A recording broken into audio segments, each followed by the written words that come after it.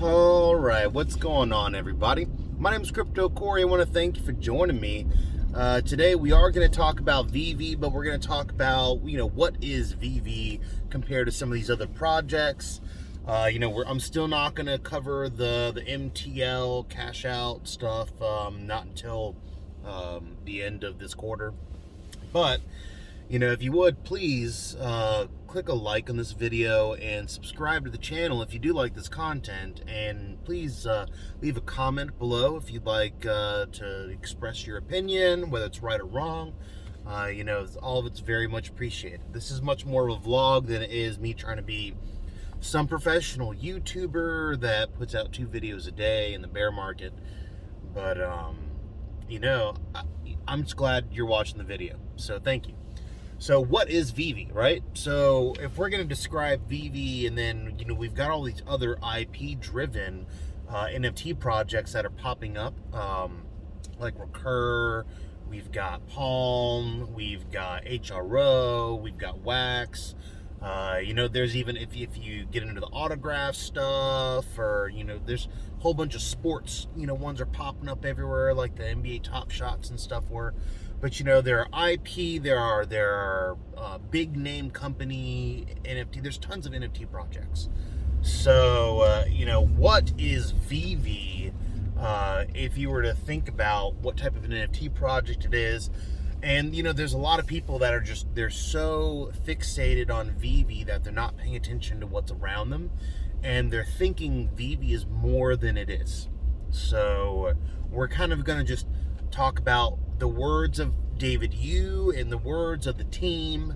And we're going to listen to what they have to say and not what we speculate on, right? So if we were to look at how does David Yu describe Veve? So a long time ago, he made a video where he described, he was talking about the Veveverse, and he was talking about Veve and kind of what's the difference and what are we going to see in these places. And the way that he was describing the Veve app is that Veve is a gift shop. It is the gift shop, and the Veveverse is the experience. So, what does Veve have? They have collectibles. They call them collectibles. They have comic books. So what does this resemble? This resembles any normal comic book store, physical comic book store. You go to a physical comic book store, what do you typically see? You see posters up on the wall. You see Funko Pops. You see action figures. You see like arcade games, so they have like mini games and stuff potentially in this stuff, and then you've got comic books, and that's it. That's basically what this place is. They even have Pokemon cards, some of them.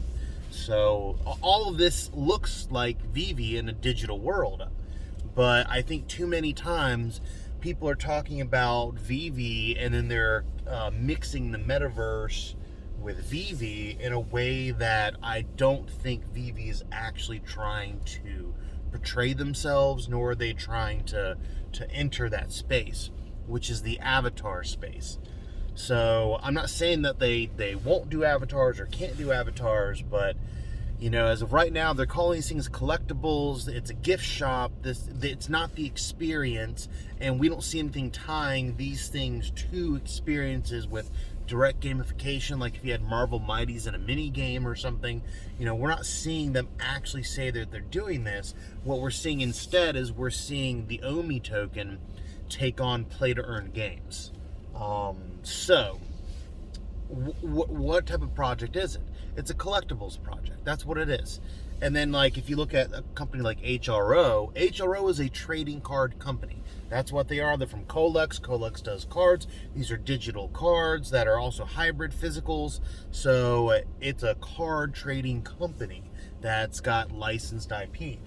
Then you look at, well, what is Recur? Well, personally, I have no clue what Recur is, but I imagine they've got some gamification and stuff that's going to be around it. And we'll find out. Do they seem like they're kind of like a potential copy of Veve, but I don't really know exactly what Recur is, so I'm not going to speak on it, but it's got its own style, whatever it is.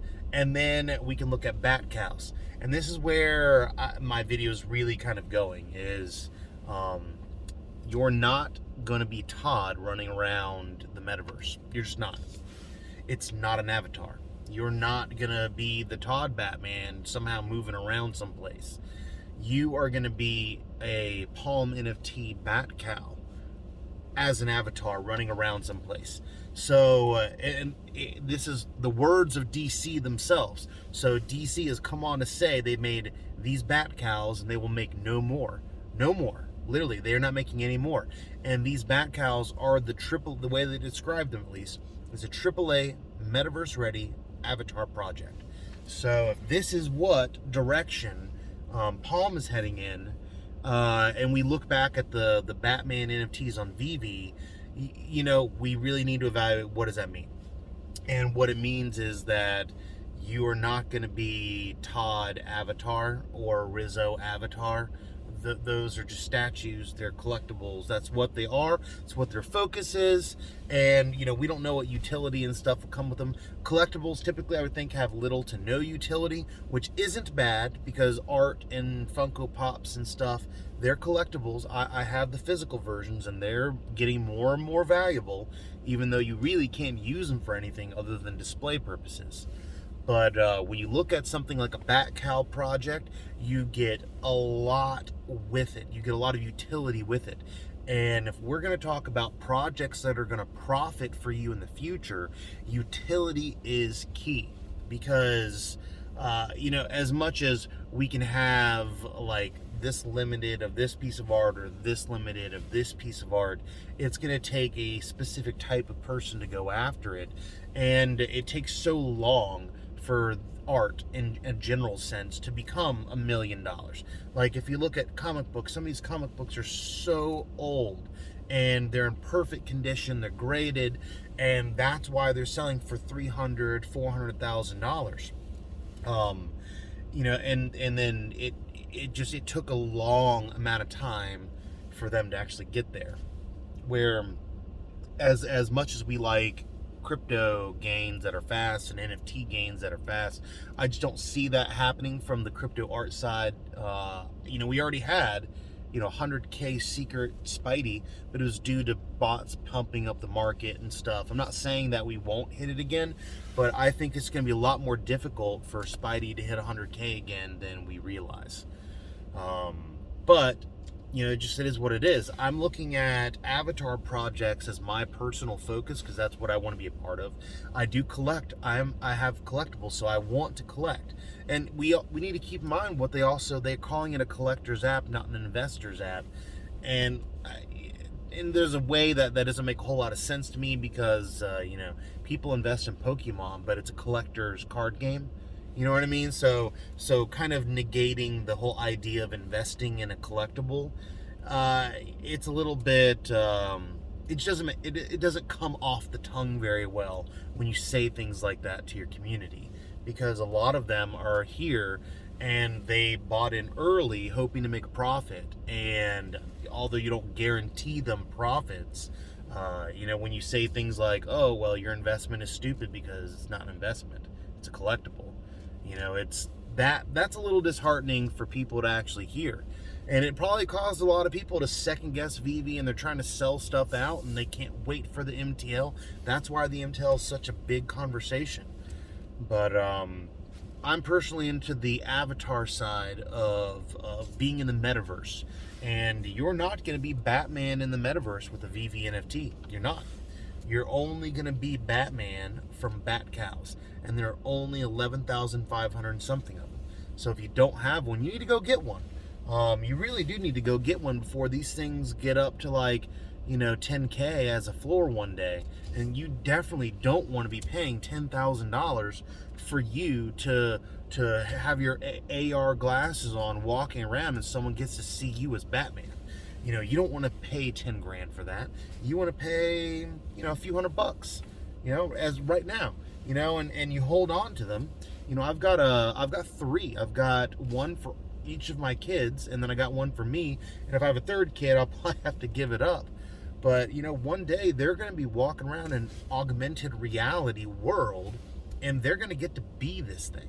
So, and I know that's future, it's all down the road, but that's this is the direction that they're trying to head in. It's not necessarily like a Ready Player One. I could actually pick that movie apart for their application, their AR application of their metaverse. So there's like people fighting in the streets, but they're all in a VR world. I'm like, you can't VR fight in the middle of a street. Like, you just can't do that. You get run over by a car, you'd walk into the wrong place. The buildings around you wouldn't let you move the way that the terrain of the game is. So that's why you need other, like, the VR is not going to be what you see people kung fu fighting in the street. It's just not. You're going to have people sitting down in front of a standard screen with a mouse pad, with, normal gaming style. They'll have their VR headsets on, they'll play like that, and they'll be able to look around and do everything still. But, for people to be running around and stuff, they're going to really need one of those AR mats where you can run and walk and stuff. But, that's such an expensive piece of equipment that's still in testing. I don't see that being something in 50 years people are going to have in their homes casually, like they would a bike or a set of skis, or, like a shotgun for skeet shooting or something. But what I do see is you're going to have an augmented reality where you're wearing your AR glasses, and when you're looking at other people, their avatars is what you see instead of what they're actually wearing. So you could have some guy walking around town wearing, some shorts, like cheap shorts and a cheap shirt, wearing flip-flops, wearing nothing that, expensive, but he's just got his headset on, and when you look at him with your AR glasses, what you see is like his Gucci shoes, and you see his nice, digital wrist timepiece where his whole arm turns into a Rolex piece that pops up displays or something. We don't know what's going to happen, but this is all going to be in AR form, and people are going to be able to see it whenever they're in the AR. Another interesting thing is if you can set up your AR in such a way where certain people see you as certain things. So, like, you can put like a block on some people to see you as Batman, but then other people see you as Batman. Because if you're Batman, you really don't want people to know that you're Batman, right? Because there's not many Batmen out there. There's potentially going to be projects that one day you're going to see, like, the Avatar Gen 1 type thing, whatever. And they have these avatars that are just blank avatars. You customize them, but the avatar itself, they'll sell like 1 million of them, and you can buy them for like $10 or something. There's potential that you're going to be able to get your avatars and you can customize them however you want, but you probably are going to have to buy them. And if you want to sell a blank avatar, your custom settings and stuff you can take with you, but they're not worth anything. But your accessories, the things you buy to stick on your avatar, the avatar itself, now those are intrinsic, have value. They will have value in a digital world. And, I know a lot of older people don't understand the blending of the digital and the physical, but, if you're watching this video, you're probably not that old. So, and this is just kind of a rant video. I know it's kind of went all over the place, but I wanted to talk about how when you look at things like Veve, they're not exactly the things that a lot of people think when they're talking about the future of NFTs and crypto and Web3 and metaverse and stuff. I'm not saying that it can't be that, or if they decide that's what they want to focus on, that's, what will end up happening. But their moves are being made right now, and they're set in stone. Promises are being made to certain communities that this is the only one of this type, this is the only one of this type. So this is all going to spread out amongst all the various marketplaces for NFTs, and the niche markets are going to get filled.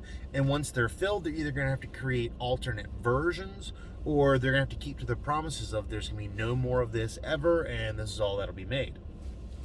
So, I want to thank you for joining me again. Nothing I say is financial advice. Nothing I say is even definitely going to happen if it's not financial advice. This is just my thoughts. These are definitely opinions, especially on this video because we're future telling. But, I want to thank you for joining me. Nothing I say is financial advice. But I will see you on the next one. Have a good day.